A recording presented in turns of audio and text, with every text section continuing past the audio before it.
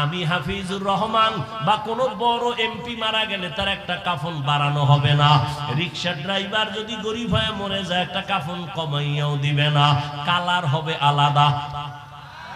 হুজুরদের কাফনের কালার একরকম, যুবক বাবাদের আর এক রকম। কে হুজুর না, কে ধনী, কে গরিব, কে আলেম, কে মূর্খ, সব এক কালারের কাফনের প্যাকেট হবে।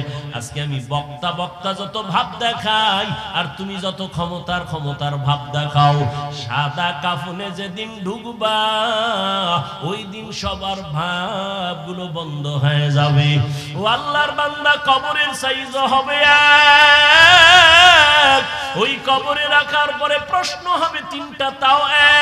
রবের পরিচয় দাও, ধর্মের পরিচয় দাও, রাহমাতুল লিল আলামিনের পরিচয় দাও। ও আমার কলিজার যুবক, ওরে তোমার আমার আল্লাহ এক, নবী এক, কোরআন এক, কাবা এক, ধর্ম এক, কালেমা এক, এরপরেও এত বয়ান, এরপরেও কেন তুমি নামাজ পড়তে চাও না? আমি নামাজ সারি না, তুমি নামাজ পড়ো না। আমি টুপি ছাড়তে চাই না, তুমি টুপি দিতেই চাও না।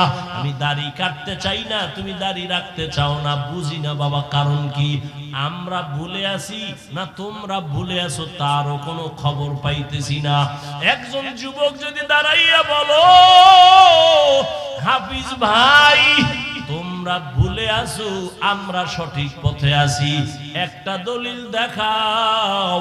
এখন আমি দাড়ি কেটে ফেলবো, নামাজ রোজা বাদ দিয়া তোমার লাইনে শার্ট প্যান্ট টাই পইরা নাচ গান করবো।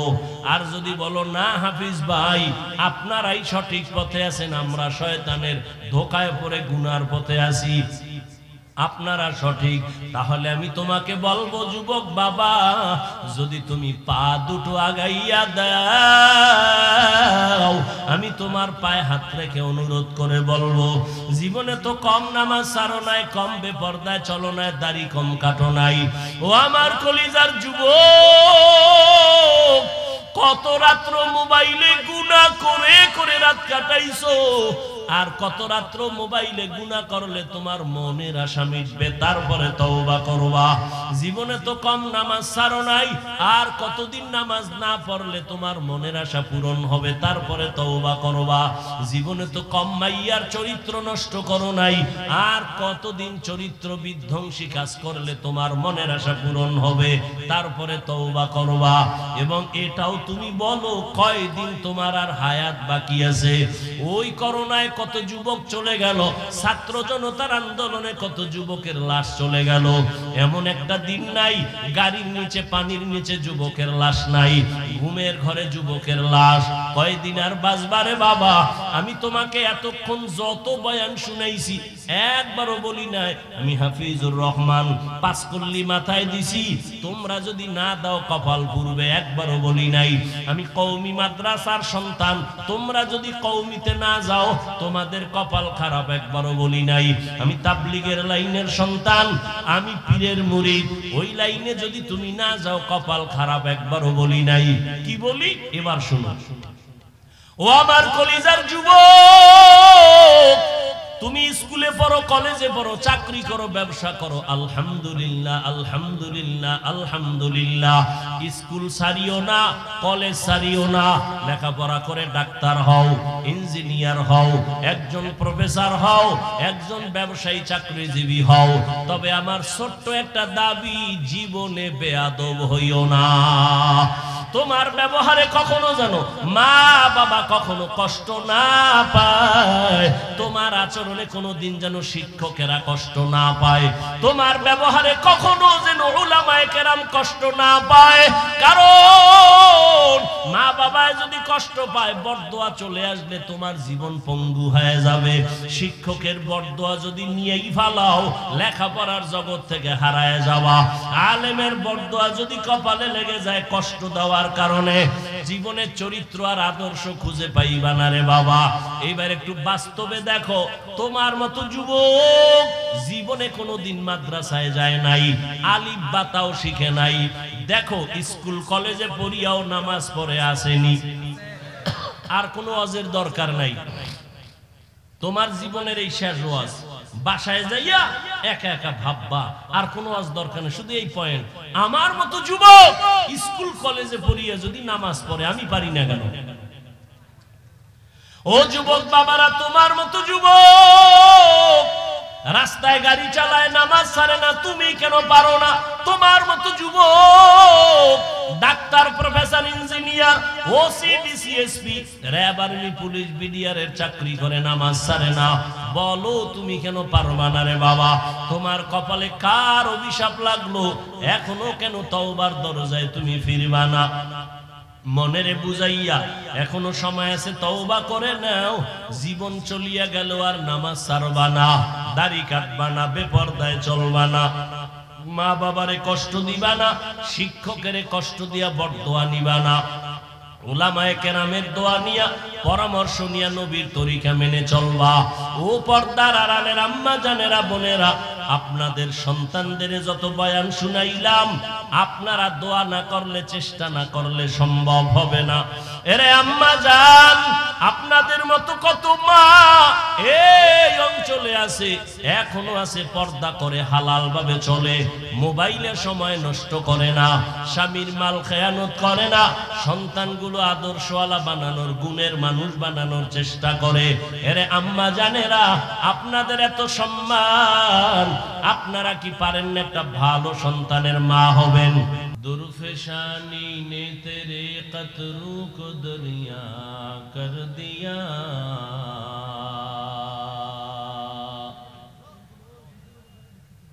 दुर्फशानी ने तेरे कतरों को दरिया कर दिया, दिल को रोशन कर दिया, आँखों को बीना कर दिया, दिल को रोशन कर दिया, आँखों को बीना कर दिया। हकीकत खुल जाएगी बवक्ते इम्तिहान तेरे, हकीकत खुल जाएगी बवक्ते इम्तिहान तेरे, कि सुस्ती में या मेहनत में गुजारी जिंदगी तूने, कि सुस्ती में या मेहनत में गुजारी जिंदगी तूने। मोहम्मद ने आकर कुफर को मिटाया,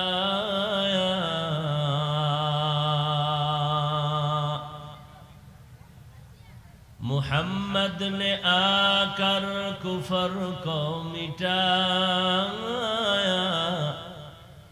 कुफर को मिटा कर सदाकत बताया, कुफर को मिटा कर सदाकत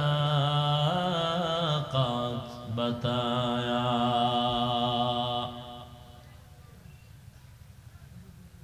ঐতিহ্যবাহী জামিয়া মিফতাহুল উলুম কর্তৃক আয়োজিত খতমে বুখারী ও আল মিফতাহ কাফেলা সম্মেলন 5 জানুয়ারি 2025। মহতি এ মাহফিলে উপস্থিত মুহতারাম সম্মানিত সভাপতি, প্রধান অতিথি, বিশেষ অতিথিবৃন্দ, হযরত উলামায়ে কেরাম, অত্র অঞ্চলের বিভিন্ন স্থান থেকে আগত আল্লাহ পাকের আশিকিন, জাকিরিন, শাকিরিন, মুহিব্বিন, মুরব্বিয়ান এজাম,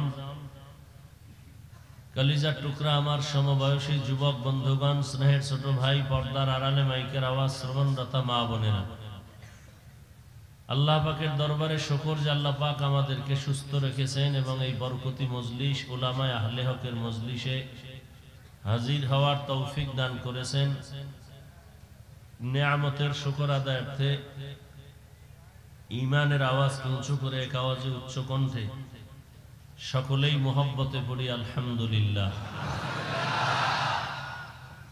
দরুদ ও সালাম সৈয়দুল মুরসালিন, রাহমাতুল লিল আলামিন, শফিউল মুজনিবিন, খাতামুন নবিয়্যিন, সৈয়দুস সাকালাইন, ইমামুল মুরসালিন, হযরত মুহাম্মদুর রাসূলুল্লাহ সাল্লাল্লাহু আলাইহি ওয়া আলিহি ওয়াসাল্লামের উপর সহযোগিতা যারা করেছেন, প্রত্যেককেই আল্লাহ পাক খেদমতের বরকতে দুনিয়াতে শান্তি, পরকালে চিরমুক্তির ব্যবস্থা করে দিন। হযরত উলামায়ে কেরাম দীর্ঘ সময় কোরআন সুন্নাহর আলোকে আলোচনা রেখেছেন, আপনারা ধৈর্যের সাথে আলোচনা শুনছেন। উলামায়ে হযরতদের কথাগুলো সকলকেই সহি তরিকায় আমল করার তৌফিক দান করেন। উলামায়ে হযরতের ইজ্জতকে আল্লাহ বেশি বেশি বাড়ায় দেন। যারা উলামায়ে কেরামের বিরুদ্ধে ষড়যন্ত্রমূলক, চক্রান্তমূলক লেখালেখি করে, বিরুদ্ধে বলে, আল্লাহ তাদের হেদায়াত দান করেন। উলামায়ে কেরামের ইজ্জত বাড়া মানি মুসলমান তথা উম্মতের ইজ্জত বাড়া। উলামায়ে কেরামের অসম্মান মানে উম্মতের অসম্মান। আরো কঠিন করে বললে বলা যায়, উলামায়ে কেরাম এদের ইজ্জতে আঘাত করার মানি হলো ইসলামের উপরে আঘাত করা। কারণ কিয়ামত পর্যন্ত আর কোনদিন নবী আসবেন না। নাকি আপনাদের ধন্যপুরে নবী রবিউল আউয়ালে আসেন? সাহাবায়ে কেরাম আর কোনদিন আসবেন না। আরে মোবাইল,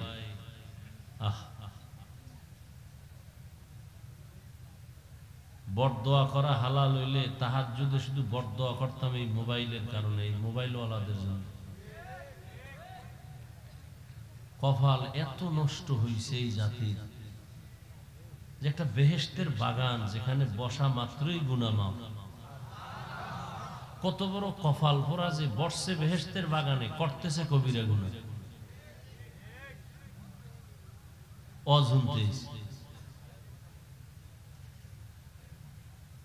আসলে কপাল যদি পুরিয়া যায়,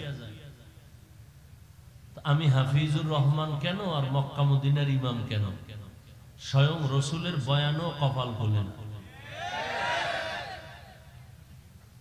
যেই রসুলকে এক নজর দেখলে জাহান্নাম হারাম, যে নবীকে এক নজর দেখলে পেটের ক্ষুধা থাকে না, সেই নবীকে টানা 13 বছর দেখলো, বয়ান শুনলো, এরপরও কপাল খুলে নাই, কালেমা পড়ে নাই। কত বড় নিকৃষ্ট বেঈমান! 13 বছর নবীরে দেখেও কালেমা পড়ে না। আর অন্যদিকে, এই কথা বললেন না ভাই, অন্যদিকে 27 বছরের এক যুবক নবীজিকে জবাই করতে আসিয়া নবীজিকে দেখা মাত্র তরবারি ফালায়া কালেমা পড়ে মুসলমান হয়ে গেল। কয় বছরের যুবক?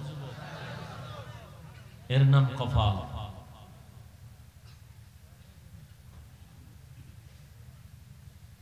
বহুদিন ধরে এই মাহফিলের প্রচারণা চলতেছে, অনেকে আসার নিয়ত করছে, আসতে পারে নাই। এরা এক কপালওয়ালা। আর এক দল আসছে ঠিক, এই বেহেশতের প্যান্ডেলে ঢুকে নাই।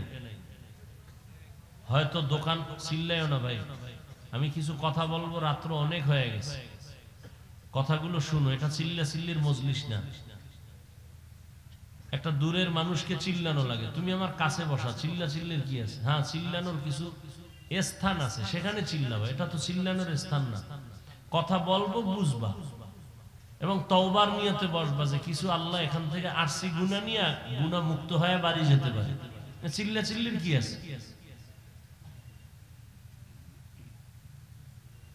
কথার মধ্যে আদব আছে, চোখের চাহনির মধ্যে আদব আছে, বসার মধ্যে আদব আছে। মানুষের জীবনের সৌন্দর্যই হলো আদব। যার আদব নাই, ও যত বড় শিক্ষিত, কোনো দাম নাই। বেয়াদবি আমি আগে মাপ চাই আপনাদের কাছে, আপনারা অনেক দামি মানুষ। যুবকদেরকে আমি বেশিটা টার্গেট করে বয়ান করি, বারবার শব্দ উচ্চারণ করি, তুমি এটা কেন করো, যুবকদেরকে বলি। কারণ যুবকদের মধ্যেই আল্লাহ যে প্রতিভা দিয়েছেন, এটা কাজে লাগাইলে এক যুবকের দ্বারা এক দুনিয়া আলোকিত করা সম্ভব। কিন্তু মোবাইল আজকে সব ধ্বংস করে ফেলতেছে, কোনো খবর নেই। আল্লাহ আমাদের সব ভাইকে হেদায়াত দান করুন। কি কথাটা বলতে লইছিলাম? ও, যে একদল আসছে, এরা প্যান্ডেলে ঢুকতে পারেনি। এরা কোথায়? দোকানে ঘুরে, মহিলা প্যান্ডেল তাওয়াফ করে, তাজা তাজা কবিরা গুনাহ করে। আমি হাসবেন না, যা বলতেছি যদি মেধা থাকে গভীর চিন্তা করলে তো কান্না আসা উচিত। হাসেন কেন? আর একদল প্যান্ডেলে বসছে ঠিক, কিন্তু এদের কলবের দরজা বন্ধ মোবাইলের কারণে। এ মোবাইল নিয়ে ব্যস্ত, আসছে খালি যাবে খালি। বয়ানের পরে মোবাইলটা যদি হারিয়ে যায় তোর কপাল পুরাটাই ভরা। একটা বুদ্ধি, এত বুদ্ধি নোয়াখালীর মানুষের। একটা লোক আমার কথার জবাব দিতে পারবা ভালো মতো আদবের সাথে? তুমি মোবাইল ধরছো কেন? 24টা ঘন্টা তুমি মোবাইল নিয়ে ব্যস্ত থাকো। আল্লাহ দয়া করে বেহেশতের বাগানে নিয়ে আসছে, এখানে মোবাইলটা না দেখাইলে তোমার মনের ঝাল মিটে না। কি যুক্তি আছে তুমি মোবাইল হাতে নেওয়া?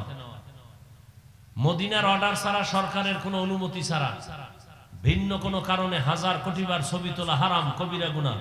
পৃথিবীর কোনো মুফতির বাবার ক্ষমতা নাই কথার বিরুদ্ধে কিছু বলবে। তুমি কেন মোবাইল হাতে নিছো? কি কাজ কি তোমার? তুমি মনে করো কাম, এটা আকাম, এটা কাম না, এটা আকাম। তুমি হয়তো ভদ্রতার সাথে জবাব দিবা, হাফিজ ভাই এমন কেন করেন, মোহাব্বত করে আসছি রেকর্ড করি। তাহলে তুমি যেই প্রশ্নটা করবা তোমার থেকে আমি কম চালাক। তোমার এই প্রশ্নের জবাব না লইয়া চেয়ারে বইছি। তুমি 200 হাত দূরে বইসা মোবাইলটা ধরলে না রেকর্ড ভালো হবে না ছবি ভালো আসবে। তোমার কাজটা নিখুঁত ভাবে মিডিয়াওয়ালারা করতেছে। ওগো আমরা হালালও বলি না, হারামও বলি না, কিচ্ছু বলি না, এটির পক্ষেও আমরা না। তাহলে তুমি তো সকালবেলা ওদের থেকে ডাউনলোড করে নিতে পারবা। শুধু শুধু কেন তুমি এখানে সময় নষ্ট করো? একটা ছুরি হাতে লইয়া গলা কাটা, এটা তোমার কাছে খুব কঠিন। কিন্তু মোবাইল হাতে লইয়া তোমার জীবনকে জবাই করতেছো, তোমার এটা অনুভব হয় না। এখানে বহু শিক্ষিত মানুষ আজকে গুগলে সার্চ দিবা বাসায় গিয়ে, টাচ মোবাইল চালাইলে অঙ্গের কি কি ক্ষতি হয়, চিকিৎসা বিজ্ঞানীরা বাস্তবতার সাথে মিল রেখে কি থিওরি দিয়েছেন। এক মোবাইলে তোমার চোখের পাওয়ার নিয়ে যাইতেছে খবর নাই। হার্ট দুর্বল, মেধা দুর্বল, কিডনি দুর্বল, চরিত্র নাই, লেখাপড়া নাই। এই মোবাইলের কারণে মাথা ব্যথা বেড়ে গেছে, বুকে ব্যথা বেড়ে গেছে, ভয় লাগে কখন তুমি স্ট্রোক করে মরে যাও। এই মোবাইলের কারণে মায়ের সাথে বেয়াদবি করেছো, এই একটা মোবাইলকে কেন্দ্র করে বাবার সাথে বেয়াদবি করেছো, এই মোবাইলকে কেন্দ্র করে শিক্ষকের সাথে বেয়াদবি, আলেমের সাথে বেয়াদবি। এই মোবাইলের কারণে কোথাও তোমাকে কেউ ভালো জানে না, মায়ের টাকা চুরি করেছো, এই মোবাইল ঠিক রাখতে গিয়া বাবার টাকা চুরি করেছো, বাবা মায়ের টাকা না দিলে বন্ধুর পকেট কেটেছো, বন্ধু না দিলে দোকানে সম্মিলিত চুরির ষড়যন্ত্র করতেছো। কি ভালো কাজ করছো মোবাইল দিয়ে আমাকে বুঝাও।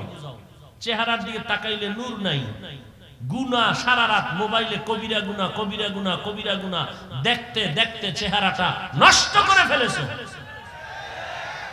চেহারার মধ্যে কোনো উজ্জ্বলতা নাই, লেখাপড়া নাই। আল্লাহ মাফ করুন, আল্লাহ না করুন, যদি এখন মরে যাও মনে মনে মা বাবা খুশি হইব যে একটা চরিত্রহীন, ওর কারণে মানুষের কাছে মুখ দেখাইতে পারি না, মানুষ লজ্জা দেয় যে এই রকম বেয়াদব ছেলে জন্ম দিছো কেন, ও মইরে গেছে, একটা বিপদ গেছে, কানবে ঠিক, মনে মনে খুশি। তাহলে তোমার এই জীবনে কামাই করলা সবার বরদোয়া, একটা জীবন হইল। অথচ তোমার মতোই বহু যুবক, তোমার মতোই স্কুলে পড়ে, কলেজে পড়ে, চাকরি করে, ব্যবসা করে, 5 ওয়াক্ত নামাজ পড়ে, দাড়িওয়ালা নাই।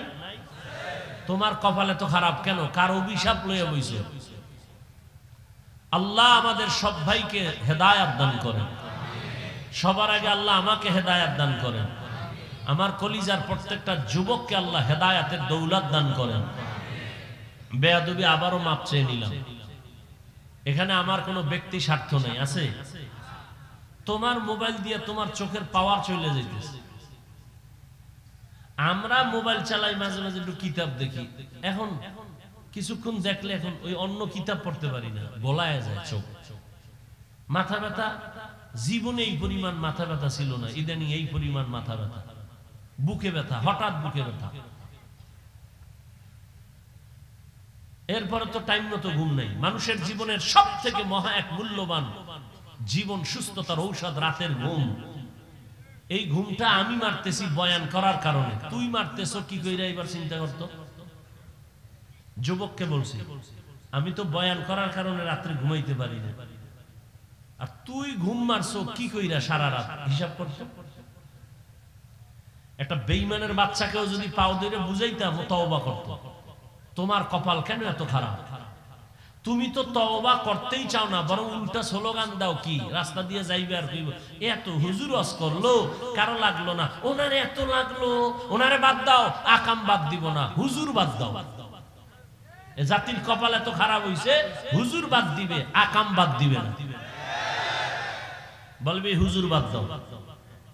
এত হুজুরে বয়ান করলো, কারো লাগলো না, ওনার লাগে গেছে। উনি একজন হুজুর দেশে জ্বালাইছে নতুন। হ্যাঁ, এই নতুন নতুনরা মরে গেলে আর বলনে আলাও কেউ থাকবে না। আল্লাহ সবাইকে মাফ করে দেন।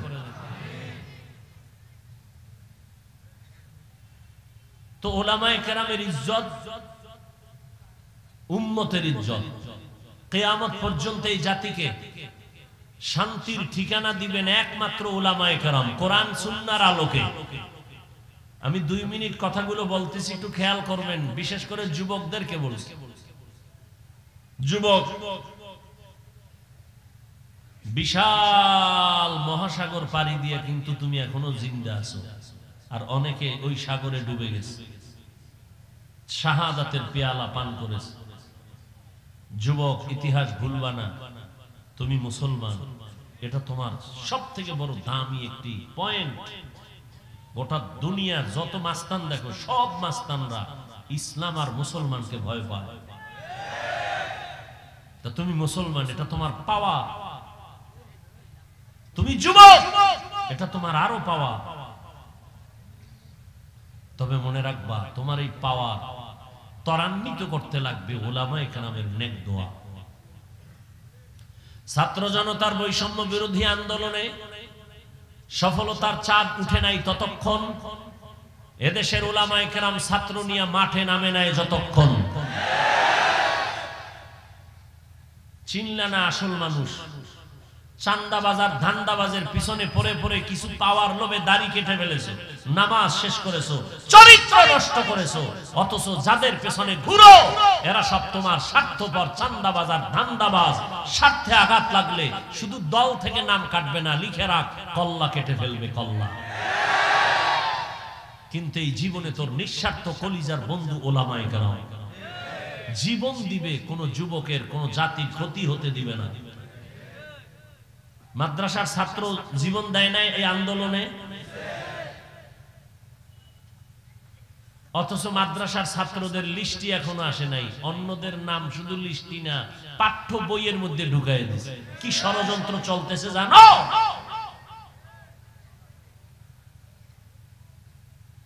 ওদের নাম পাঠ্য বইয়ের মধ্যে দিয়ে দিছে, আর মাদ্রাসার ছাত্র যে শহীদ হইল এদের নাম বইয়ে দিবি দূরের কথা, লিস্টি করেন।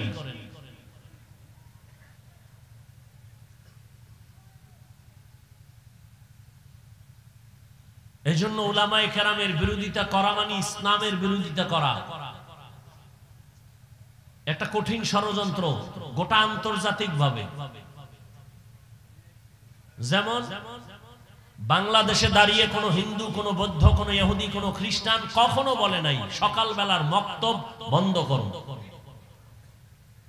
কিন্তু এমন ষড়যন্ত্র করেছে সকালবেলার মক্তব অটো বাংলাদেশ থেকে বন্ধ হয়ে গেছে। কেমনে? মুয়াজ্জিন সাহেব যখন ফজরের আজান দিতে উঠেন, ঠিক আমার ঘরের আম্মাজান উঠেন সন্তানকে কেজিতে পাঠাবার জন্য, মক্তব বন্ধ করে দাও বলতে হয়নি, অটোমেটিক মক্তব বন্ধ হয়ে গেছে। কারণ ওখানে পাঠায় কেন? বই ফ্রি, টাকা ফ্রি, নাস্তা ফ্রি, গাড়ি ফ্রি। আর বাঙালি ফ্রি পাইলে কি করে এটা তো আর বলার ভাষা নাই। ও যদি ফ্রি পায় বউ দিয়ে দিবে ফ্রি, দেখেন না বিয়ে করার আগে যৌতুকের নামে বিদেশের ভিসা চায়। একটারে ধরে জিগাই তুই বিয়ে করবি ভিসা চাইছো কি? কয় বিদেশ যাবো। বিয়ে করে বউ নিয়ে যাবি? কয় এটা কেমনে সম্ভব? তাই বউ কি করবি? কয় থুইয়া যাবো। পাহারা দিবে কে? কয় আমার ছোট ভাই। হাসো, জাতির কপাল পুড়ছে, আমি হাসির কথা বলি না। আল্লাহ হেদায়াত দান করুন। নোয়াখালী এলাকার মানুষ তো মোটামুটি ধনী, আলহামদুলিল্লাহ। এদের তো আর যৌতুক লাগে না। লাগে? খা, ওই বাথরুমে গিয়া 10 গ্রাম পায়খানা খাইও, যৌতুক না খাইয়া। হালাল সাবান দিয়া কুলি করবা, গন্ধ শেষ। আর যারা যৌতুক খায়, যারা দেয়, জাহান্নামের আগুনে না পড়াইয়া ওদের গন্ধ যাবে না। যারা যৌতুক দেয়, যারা নেয়, যারা সাক্ষী থাকে, সহযোগিতা করে, সবাই জালেম। সবাই কি? সবাই বাংলা কথায় ডাকাত, সবাই ছোট লোকের বাচ্চা। ওদের মতো ইতর ছোট লোকের বাচ্চা দুনিয়াতে আর কেউ নাই। আল্লাহ হেদায়াত দান করুন। ছোট লোক, নিমক হারাম। আল্লাহ একটা মেয়ে দিছে তোমারে, তুমি এটা নিয়ে জিন্দেগি সুন্দর করো। তুমি ওই বেচারার কামাই রুজি খাবা কেন? তা তোমার হাত কেটে ফেলো, তুমি পুরুষ নামের কলঙ্ক। আল্লাহ সব ভাইকে হেদায়াত দান করেন। ওলামায়ে কেরামের যারা বিরোধিতা করে, আল্লাহ তাদের হেদায়াত দান করেন। আমি যে আয়াত পড়েছি আপনাদের সকলের পরিচিত মুখস্থ করা আয়াত। আর রহমানু আল্লামাল কুরআন খালাকাল ইনসানা আল্লামাহুল বায়ান। আল্লাহ বলেন রহমান হলেন তিনি, কোরআন শিক্ষা দিলেন যিনি। রহমান হলেন তিনি, মানুষ সৃষ্টি করলেন যিনি। রহমান হলেন তিনি, বয়ান শিক্ষা দিলেন যিনি। রহমতের নবী বলেন খায়রুকুম মান তাআল্লামাল কুরআনা ওয়া আল্লামাহ। দুনিয়াতে সব থেকে দামি তারা যারা কোরআন শিখে অন্যদের শিক্ষা দান করে। এদের মতো দামি এ জমিনের মধ্যে আর কোনো প্রাণী নাই, কোনো মানুষ নাই। ডাইরেক্ট কোরআন শিক্ষা দেওয়া নেওয়া এটাও যেমন খয়ের উম্মত, বড় দামি।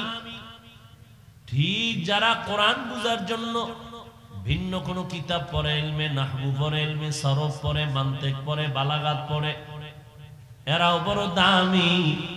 এমনকি আমরা যেখানে বসছি গভীর রাতে বয়ান করব, আপনারা শুনবেন, এটাও কোরআন শিক্ষারই একটা অংশ।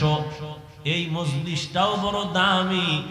রহমতের নবী বলেন কোন গোলাপ ঘর থেকে যদি বের হইয়া উলামায়ে আহলে হকের মজলিসে যায়, প্রত্যেকের সাথে আমার আল্লাহ ৭০,০০০ রহমতের ফেরেশতাকে কাফেলা বানায়া দেয়।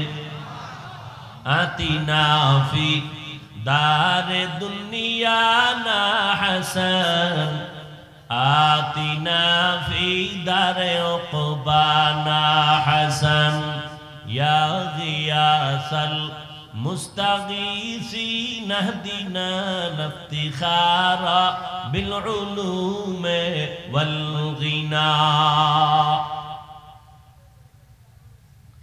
এরকম একটা মজলিস আল্লাহ আরশে আজিমে মিলাইছেন ফেরেশতা দিয়া। আল্লাহ ফেরেশতাদের জিজ্ঞাসা করেন, ফেরেশতারা ধন্যপুর মাদ্রাসার মাঠের কি হালাত? বলে হাজারো মানুষ ওখানে হাজির। কেন? বলে আল্লাহ তোমাকে চায়, আর তোমার জান্নাত চায়, আর জাহান্নাম থেকে মুক্তি চায়। বলে ওরা আমার দেখছে? কয় না, যদি দেখতো পাগল পারা হয়ে যাইতো। আমার জান্নাত দেখছিনি? বলে না, যদি দেখতো আশিক হয়ে যাইতো, বেকারার হয়ে যাইতো। আমার জাহান্নাম দেখছেনি? বলে না, যদি দেখতো বলে পাগল হয়ে ভাগার চেষ্টা করত। আল্লাহ বলেন ফেরেশতারা সাক্ষী থাক, নিজেরাই বলেছিলাম মানুষ বানাবার প্রয়োজন নাই, আজকে সাক্ষী রেখে আমি আল্লাহ ঘোষণা দিলাম, আমারে না দেখে, জান্নাত না দেখে, জাহান্নাম না দেখে যারা কোরআনের বাগানে বসছে, তোমরা সাক্ষী থাকো এদের জীবনের সব গুনাহ মাফ করে দিলাম। এত বরকতি মজলিস। এই মজলিসে আল্লাহ আমাদের তৌফিক দিছেন। এবার নিয়ত খাঁটি কইরা বসি যে আল্লাহ গুনাহ নিয়ে ঢুকছি, গুনাহ নিয়ে আর বাসায় যাব না, তওবা করে যাব। শেষ দোয়া করে কান্নাকাটি করে মা বাবার জন্য দোয়া করে যাব, ইনশাআল্লাহ। আল্লাহ কবুল করেন। আল্লাহ তাআলা বলেন, দুনিয়াতে আমি মানুষ সৃষ্টি করেছি, মানুষ বড় দামি, আমি আল্লাহ পাক আর কোন প্রাণীকে সৃষ্টির শ্রেষ্ঠ মর্যাদা দেই নাই। ওয়ালাকাদ কাররামনা বানি আদম ওয়া হামালনাহুম ফিল বাররি ওয়াল বাহরি ওয়া রাযাকনাহুম মিনাত তাইয়্যিবাত ওয়া ফাদ্দালনাহুম আলা কাসীরিম মিম্মান খালাকনা তাফদীলা। বনি আদম বড় দামি, আমি আল্লাহ নদীতে পানিতে স্থলে চলার জন্য আমি সুন্দর আয়োজন করেছি। যেই লোহা পানির মধ্যে ছেড়ে দিলে নিচে চলে যায়, আমি আল্লাহ মানুষের এমন মেধা দান করেছি, ওই মেধা দিয়ে এমন ভাবে লোহা দিয়ে স্টিমার বানায়, পানির মধ্যে ভেসে থাকে। এক দেশ থেকে ভিন্ন দেশে বান্দা তার তেজারাতের জন্য, ব্যবসার জন্য চলে যায়।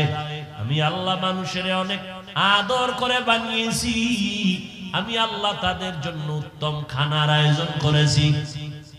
গর্তের পিপিলিকা আমি আল্লাহ তার খানা আমি দেই, উড়ন্ত পাখির খানাও আমি দেই, জঙ্গলের প্রাণীর খানাও আমি দেই, নদীর মধ্যে হাজারো ধরনের প্রাণীর খানা আমি দেই, মানুষের খানাও আমি আয়োজন করেছি। তবে দুনিয়ার সব প্রাণী থেকে মানুষের খানা বড় দামি, সুস্বাদু, বড় পিওর, হালাল। এরপরও কিছু নিমক হারাম আছে, আল্লাহর দেওয়া হালালটা খাইব না। ওই কুকুরের 1000 বার বিরিয়ানি দিলেও পায়খানা না খাইলে কলিজা ঠান্ডা হয় না। দুনিয়াতে কিছু মানুষ রূপী হারামখোর আছে, হালাল খাইয়াও মদের বোতল না নিলে কলিজা ঠান্ডা হয় না। বিড়ি না টানলে ওর শরীর গরম হয় না। নাই এরকম বিড়িখোর? আল্লাহ হেদায়াত দান করেন। আল্লাহ পাক বলেন, আমি মানুষ বানাইয়া শ্রেষ্ঠত্ব দান করলাম, আবার মানুষের মধ্যে একে অন্যের তুলনায় মর্যাদাবান করলাম। মানুষ এত দামি করে আমি বানাইছি, এই মানুষ যেন তার সৃষ্টির শ্রেষ্ঠ মর্যাদা ধরে রেখে জীবন চালাইতে পারে। এজন্য আমি আল্লাহ দুইটা ব্যবস্থা দিলাম। এক ব্যবস্থার নাম রিজালুল্লাহ, আর এক ব্যবস্থার নাম হলো কিতাবুল্লাহ। ব্যক্তি আর কিতাব। জমিনে যত ব্যক্তি আল্লাহ দিয়েছেন, এর মধ্যে শ্রেষ্ঠ ব্যক্তি রহমাতুল লিল আলামিন।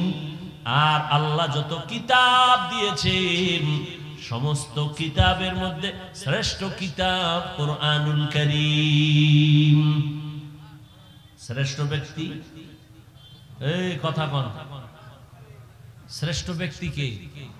এই মাত্র না বলছি, ইমামুল আউয়ালিনাল আখিরিন বহরে সদকা রাহমাতাল লিল আলামিন সাইয়্যিদুল কাউনাইন খাতমুল মুরসালিন আখির আমদবুদ ফখরুল আউয়ালিন। কেমন একজন নবী যার কোনো তুলনা। মুসা নবী আল্লাহর বন্ধু, ইব্রাহিম আল্লাহর বন্ধু, ঈসা নবী আল্লাহর বন্ধু, দাউদ নবী আল্লাহর বন্ধু। নবী আল্লাহ কয় সব নবী আমি আল্লাহর বন্ধু, মুহাম্মদও আমার বন্ধু। তবে ব্যবধান, সব নবী রাসূল আমার আল্লাহ তাআলার আশিক, আর আল্লাহ বলেন আমি নিজে হলাম মুহাম্মদের আশিক। সব ব্যক্তিদের মধ্যে শ্রেষ্ঠ রাহমাতুল লিল আলামিন। আর আল্লাহ যত কিতাব দিবেন, শ্রেষ্ঠ কিতাব কি? কুরআনুল কারীম। বলেন কি? আমি যেভাবে বলি এইভাবে বলবেন, কুরআনুল কারীম। এই দোনোটা আলহামদুলিল্লাহ আমরা বেশ, কিন্তু কপাল খারাপ, চিনি না, নবীরেও চিনি না, কোরআনও জানি না। অনেকের ঘরে কোরআন শরীফ আছে, 20 বছর হয়ে গেল, একদিন খুইলাও দেখলো না ভেতরটা কেমন। এমন কপাল পুরছে আমাদের। রহমতের নবী বিদায় বেলা বলে গেলেন, এই উম্মতের দল, দুটো জিনিস আমি রেখে যাই, ধরে যদি রাখো ঈমানও যাবে না, সম্মানও যাবে না। قال رسول الله صلى الله عليه وآله وسلم تركت فيكم أمرين لن تضلوا ما تمسكتم بهما كتاب الله وسنة رسولي। রহমতের নবী বলেন, দুই জিনিস ধরে রাখ, ঈমানও যাবে না, সম্মানও যাবে না। এক হলো আল্লাহর দেওয়া কিতাব কোরআন, দ্বিতীয় হলো আমি মুহাম্মদের রেখে যাওয়া আদর্শ। ১৫০০ বছর গত হয়ে গেল, আজও এত বিপদ, এত বিপদ, এরপরও যাদের কাছে কোরআন আছে, নবীর আদর্শ আছে, এরা এখনো ঈমান নিয়া সম্মানে আছে। মন্ত্রীর মেয়াদ, কিছু ডিসিএসপির মেয়াদও শেষ, কিন্তু আল্লাহর কোরআনওয়ালা, নবীর আদর্শওয়ালা আমাদের চেয়ারের কোনো মেয়াদি নাই। শেষ কিসের? কোনো মেয়াদ নাই, শেষ কি আবার? আল্লাহর দেয়া সম্মান আর টাকা দিয়া কেনা সম্মান, ভালো করে বুঝো। টাকা দিয়া সম্মান কিনলে একবারে পায় ফুলের মালা, ফাইনালে জুতার মালা। আর আমার আল্লাহর দেয়া সম্মান যারা নিবেন, এরা দুনিয়ায়ও বাদশাহ, পরকালেও বাদশাহ। তোমার ওই সম্মান নিয়ে কি লাভ হবে? আল্লাহ হেদায়েত দান করেন। আল্লাহ তাআলা বলেন, আমি দুই জিনিস দিলাম, মানুষ যেন সুশৃঙ্খল জীবন যাপন করতে পারে। নবী পাইলাম না, আল্লাহর কোরআন এখন আমাদের সামনে আছে, নবীর আদর্শ এখনো আছে। এই দুইটা জিনিস ধরে রেখে সামনে আগাও। আল্লাহ তাআলা বলেন, রহমতের নবী দুনিয়াতে আসার পরে 40 বছর পর আমি রহমতের নবীরে দাওয়াতের অনুমতি দিয়া কাজে লাগাই দিলাম। 40 বছর পর্যন্ত রহমতের নবী কোথাও দাওয়াতের কাজ করে না। নামাজের কথা নাই, রোজার কথা নাই, জিকিরের কথা নাই, পর্দার দাওয়াত নাই। 40 বছর পর আল্লাহ তাআলা আমার নবীকে কোরআন দিয়া দাওয়াতের মধ্যে লাগায় দিলেন।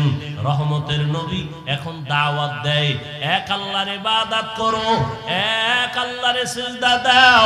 কিছুদিন পর আবার নবী বলেন, রবের ইবাদত করো।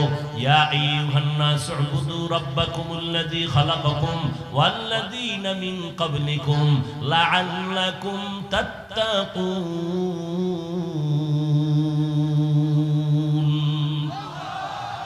রবের ইবাদত করো। কিছুদিন পরে নবী বলেন, রহমানের ইবাদত করো। মক্কার মুশরিকরা বলে, রে মুহাম্মদ আব্দুল্লাহর ছেলে, একবার বলো আল্লাহর ইবাদত করতে, আর একবার বলো রহমানের ইবাদত করতে। তাহলে তোমার রব কি দুইজন নাকি? একজন আল্লাহ আর একজন রহমান।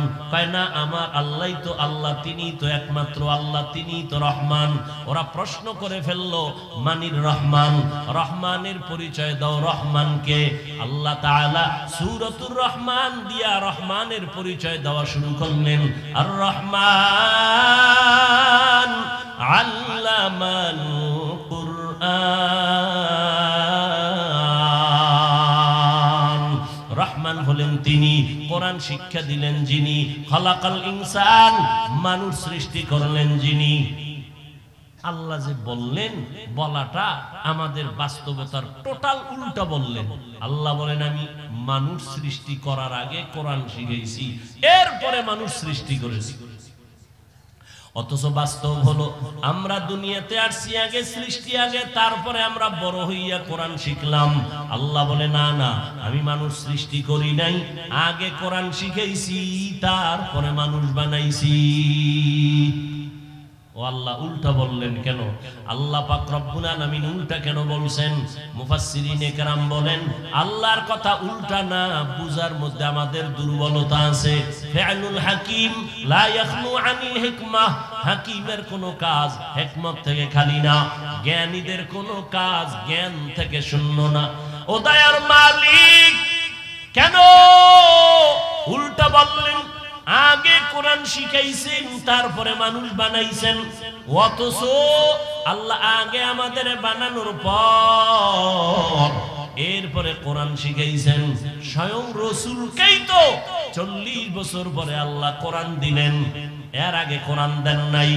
আল্লাহ উল্টা কেন বললেন? মুফাসসিরিনে কেরাম তার জবাব লেখেন আল্লাহ তাআলার আদালতে যেই মানুষের কথা বলা হয়েছে ওই মানুষ আর তুমি আমি মানুষ এক না। এই আপনারা তো সব বুদ্ধিমান, আপনাদের তুলনায় আমরা বোকা, আর আমি তো আরো বেশি বোকা, কারণ ইলম আমল কিচ্ছু নাই। আপনাদের দোয়া মুরব্বীদের কিছু দোয়া, সবাই কি আর বড়দোয়া করেনি? এই সবাই বড়দোয়া করে, আর যেই সোরারা বড়দোয়া করে ওদের বড়দোয়া লাগবেও না। ভালো মানুষ কখনো বড়দোয়া করে না। একটু সময় দিলে কিছু কথা বলি, নাইলে মোনাজাত দিয়ে যাই গা, কারণ শয়তান তো আর ও বইয়ে থাকতে পারে না। ওর কাজই হইলো ভালো কাজের মধ্যে ডিস্টার্ব করা। এক ডিস্টার্ব মোবাইল, আর এক ডিস্টার্ব বলবে আর কত এদি পুরান বয়ান চল বাড়ি ল, আবার কারো বিড়ির নেশা, আবার ঘুরে টুরে বসবো। ডিস্টার্ব করেন না, নিজের কপালটাও ঘুরিয়েন না, অন্যের কপাল পরার অপচেষ্টাও করিয়েন না। আল্লাহ মজলিস কবুল করেন। কিছুক্ষণ কথা বলবো, উঠা বসা করেন না আল্লাহর ওয়াস্তে। আল্লাহ পাক যেই মানুষ এখানে ইঙ্গিত করেছেন সেই মানুষ আর আমরা মানুষ কিনা? কথা বলেন। এখানে সবাই আমরা মানুষ, কিন্তু সবাই প্রিয় মানুষ না। এখানে মসজিদ আছে না? কার ঘর? বাইতুল মুকাররম মসজিদটা কার ঘর? দুনিয়ার জমিনে যতগুলো মসজিদ সব আমার আল্লাহর ঘর, তবে বাইতুল্লাহর মতো একটাও না। কি বাইতুল্লাহ কেমন? ইন্না আউওয়ালা বাইতিন উযিআ লিন-নাসি লাল্লাযী বিবাক্কাতা মুবারাকান ওয়া হুদা মুবারাকান ওয়া হুদান লিল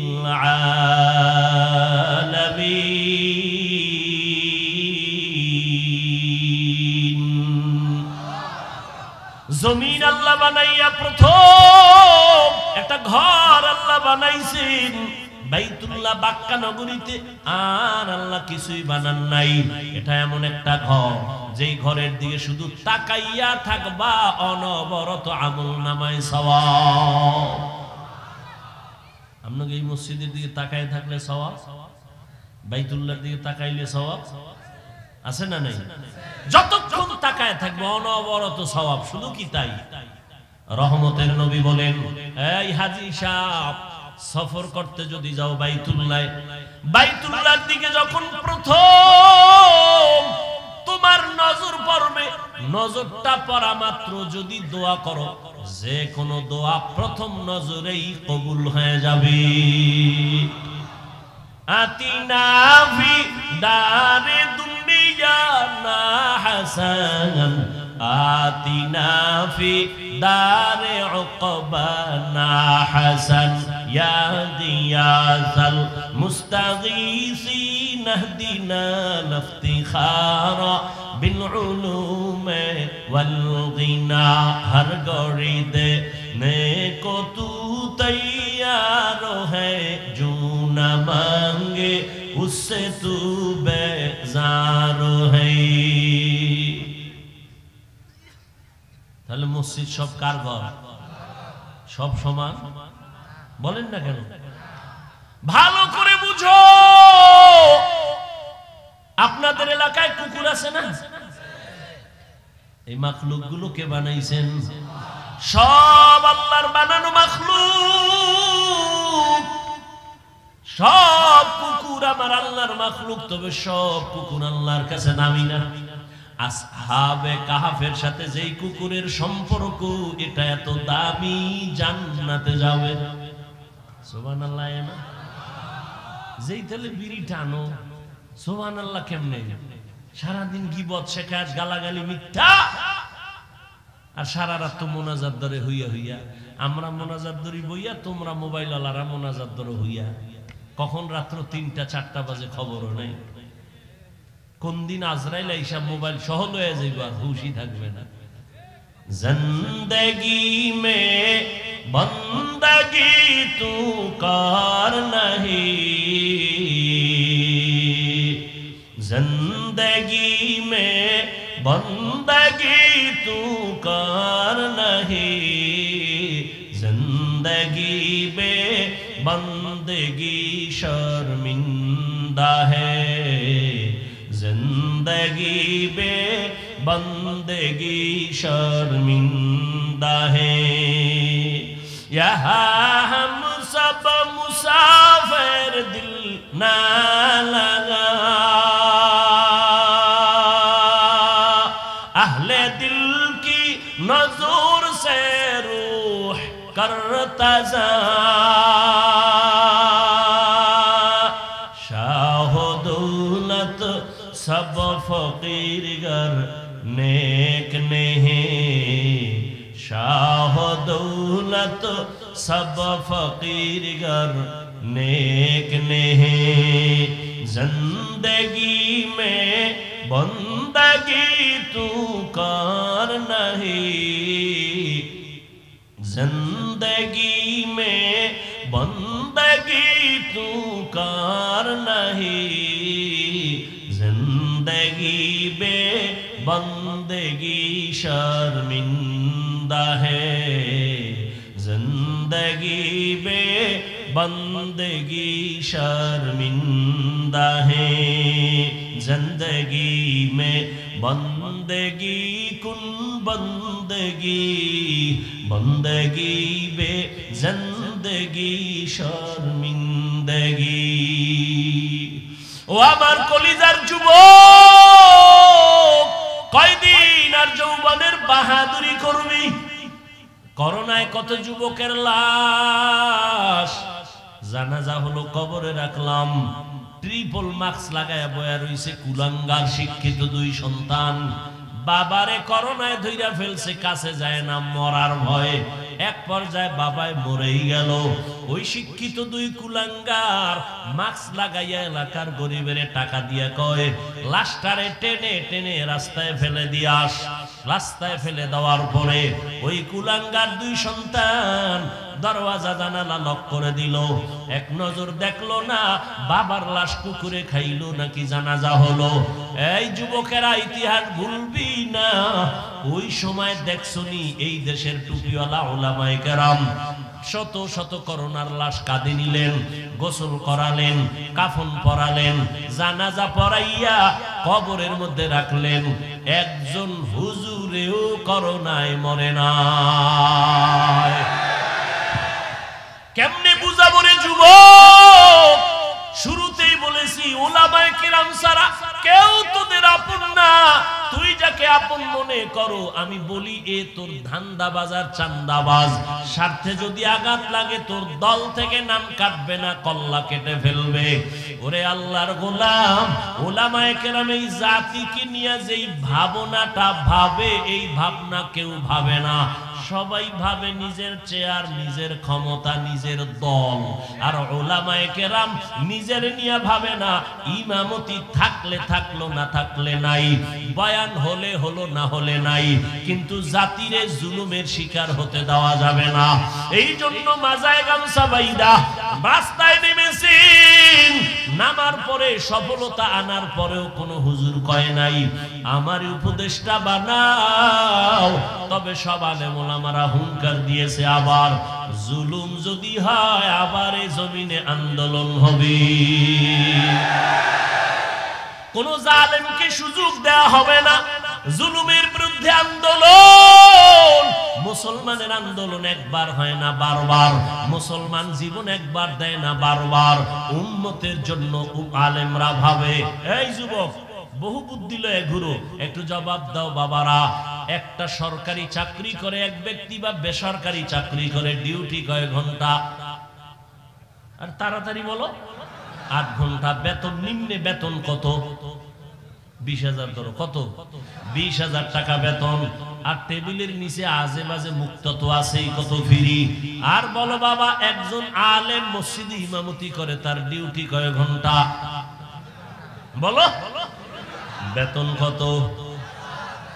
6 লাখ, 5,000, 6,000, 7,000, 6 মাস বাকি। সভাপতি 100 টাকা দেয়, তাও ঠিক মতো মাসে মাসে দেয় না। ওরে একক তো নামাজ যদি না পড়ায়, রিক্সা ড্রাইভার আইয়াও ধমক দেয়, হুজুর গেছিলেন কই? হুজুর বলে, তুমি কে আমারে ধমক দিলা? আমি রিক্সা ড্রাইভার। তোমার এত পাওয়ার কেন? কয় 5 টাকা মাসে বেতন দেই। কি পরিমাণ জুলুম করতেছো! অথচ তোমার যেই সরকারের টাকা নিয়ে চলো, যেই কোম্পানির মালিকের চাকরি করে টাকা নিয়ে সংসার চালাও, ওই কোম্পানির বিরুদ্ধে আবার মানববন্ধন করো, সরকারের বিরুদ্ধে মানববন্ধন করো, বেতনের স্কেল বাড়াও, না হয় গদির মধ্যে লাল বাতি জ্বালায় দিব। আর একজন ইমাম 5-7 হাজার টাকা বেতন পাইয়াও 6 মাসেও বাকি পায় না। কোনদিন বলে নাই বেতন বাড়াও, কোনদিন বলে নাই আমার বেতন বাকি কেন। বরং যত মানুষ গালি দেয়, আল্লাহর বান্দা কলিজা বইরা দোয়া করে, ও দয়ার মালিক, এলাকায় শান্তি দাও, এলাকার রোগীদের সুস্থ বানায় দাও, কবরওয়ালাদের জান্নাত দাও, ব্যবসায়ী চাকরিজীবীদের কামাই রুজিতে বরকত দাও। এরপরও যারা হুজুরের বিরুদ্ধে লেখো, তোর মতো কুলাঙ্গার এই জমিনে আর কেউ নাই। মেরা এজাজু করদন বেহিসাব, খলকে রাদাদন জওয়াবে বাসওয়াব, হক নাদারত দোস্তে খলকা জারে রানিস্তে ই খসলত একে দিনদারেরা। ও আমার কলিজার যুবক, জিনলা না, এখনো পর্যন্ত বুঝলা না তোমার আসল কে আর নকল কে রে বাবা। আজকে তুমি যার পিছনে ঘুরো, তোমার জন্য কিন্তু সে কাঁদে না। এজন্য একজনে বলছে, তুমি যাকে ভালোবাসো সে তোমার বন্ধু না, তোমাকে যে ভালোবাসে সে তোমার বন্ধু। তুমি যাকে ভালোবাসে সে তোমার, তোমারে যে ভালোবাসে সে তোমার, সে তোমার আসল বন্ধু। এরে নবীর উম্মতের দল, আল্লাহ তাআলা বলেন, মানুষ আমি বানাইছি, সব মানুষ এক না। কুকুর আল্লাহ বানাইছেন, সব এক না। আপনাদের এলাকায় গরু আসেনি? আল্লাহ সব গরু বানাইছেন, সব আল্লাহর মখলুক, সব গরুর দাম নাই। কিন্তু মুসা নবীর সাথে যেই গাভীটার সম্পর্ক, এটার দাম বেড়ে গেছে, জান্নাতে যাবে। পিপিলিকা আছে না নাই? সব পিপিলিকা আল্লাহর বানানো মখলুক, সব পিপিলিকার দাম নাই। সুলাইমান নবীর সাথে যেই পিপিলিকার সম্পর্ক, ওই পিপিলিকা আল্লাহর জান্নাতে যাবে। এই জমিনে আবার আল্লাহ উট আর উটনি বানাইছেন, কোন উটনি আর উটের দাম ওই পরিমাণ নাই। রহমতের নবী যেই উটে সওয়ার হইছেন, ওই উট জান্নাতে যাবে। ওরে আল্লাহর বান্দা, সালেহ আলাইহিস সালামের পাহাড় থেকে বেরিয়ে আসা উটনি আল্লাহর জান্নাতে যাবে। এরে নবীর আশিক উম্মতের দল, ভালো করে বুঝো, এই আকাশের খোলা জায়গায় কত পাখি উড়তেছে, কত সুন্দর সুন্দর পাখি, একটারও মূল্য নাই। ওই সুলাইমান নবীর হুদহুদ নামের পাখিটা আল্লাহর জান্নাতে চলে যাবে। মানুষ তো সব আমার আল্লাহর বানানো মখলুক, সব মানুষ আমার আল্লাহর জান্নাতে যাবে না। এইবার বুঝো মানুষ কাকে বলে, ভালো করে শুনো। একদল মানুষ আছে বংশগত মানুষ, আর একদল মানুষ হলো গুণগত মানুষ, আর একদল মানুষ হলো জন্মগত মানুষ। আল্লাহর আদালতে বংশগত মানুষের কোনো মূল্য নাই, জন্মগত মানুষের মূল্য নাই, একমাত্র গুণগত মানুষগুলো দামি। কেমন দামি? আল্লাহ বলেন আমি এদের বিনা হিসাবে জান্নাত দিয়া দিব। গুণের মানুষ কাকে বলে? বংশগত মানুষ তো তারা যেই মানুষের বংশে জন্ম হয়। আমাদের বংশগত বাবা পয়গম্বর আদম, আর আমরা তার সন্তান, বংশগত মানুষ। আমার আব্বা জান, আমার জন্মদাতা বাবা, তার ঔরসামী জন্মগত সন্তান মানুষ। এই মানুষের কোনো ভ্যালু আল্লাহর কাছে নাই, একমাত্র গুণের মানুষ আল্লাহর কাছে দামি। এইবার বুঝার চেষ্টা করি গুণের মানুষ কাকে। ঘুমাছে আপনাদের? ঘুমাছে? এ বাঙালি ঘুমায় রাইতে? মিথ্যা কথা যদি কেউ রাতে ঘুমায়, সারা রাত মোবাইলের হক আদায় করে, বউয়ের হকের খবর নাই, মাইয়া বলার হক আদায় করে না, মোবাইলের হকটা আদায় করে, যদি আল্লাহ উসিলায় মাফ করে। কত ছাগল ফাগল আছে না? হেদিন এক চোরা আইয়া কান্দের উপরে হাত দিয়া ছবি তোলার জন্য কয় হুজুর একটা সেলফি, যদি আল্লাহ কিয়ামতে উসিলা আমারে নাজাত দেয়।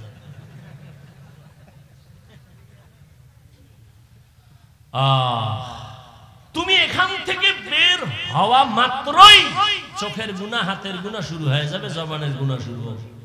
এখানে তুমি রহমতের প্যাকেটে আছো, কোনো গুনাহ হবে না ইনশাআল্লাহ। গুণের মানুষ কাকে বলে বুঝো? যেই জিনিস বানানেওয়ালা কোন কাজের জন্য বানায় না, আকামের জন্য বানায়।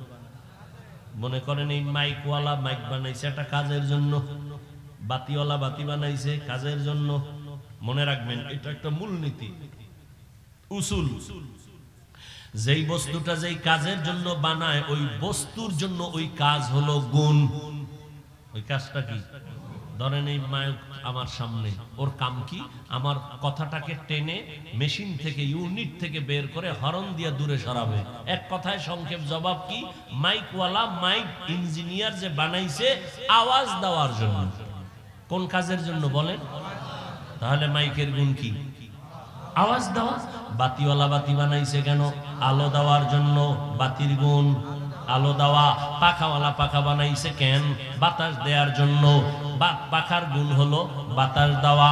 ভালো করে বুঝো, মাইকের গুণ আওয়াজ দেওয়া, বাতির গুণ আলো দেওয়া। মাইক যদি আওয়াজ না দেয় সবাই বলবে এটারে লাথি মেরে ফেলে দাও, এটা গুণের মাইক না। বাতি যদি আলো না দেয় বলবে ভেঙ্গে ফেল, এটা গুণের বাতি না। যেই জিনিসটা যেই কাজের জন্য বানায় ওই কাজ হলো ওই জিনিসের গুণ। মাইকের গুণ আওয়াজ দেওয়া, বাতির গুণ হলো আলো দেওয়া, পাখার গুণ হলো বাতাস দেওয়া। মাইক যদি আওয়াজ না দেয় বলবে ভেঙ্গে ফেলো, গুণের মাইক না। বাতি যদি আলো না দেয় ভেঙ্গে ফেলো, এটা গুণের বাতি না। এবার জবাব দাও বাবারা, মানুষ আল্লাহ বানাইছেন কেন? তোমার কথা কেন? ওয়ামা খালাকুতুল জিন্না ওয়াল ইনসা ইল্লা লিয়াবুদুন।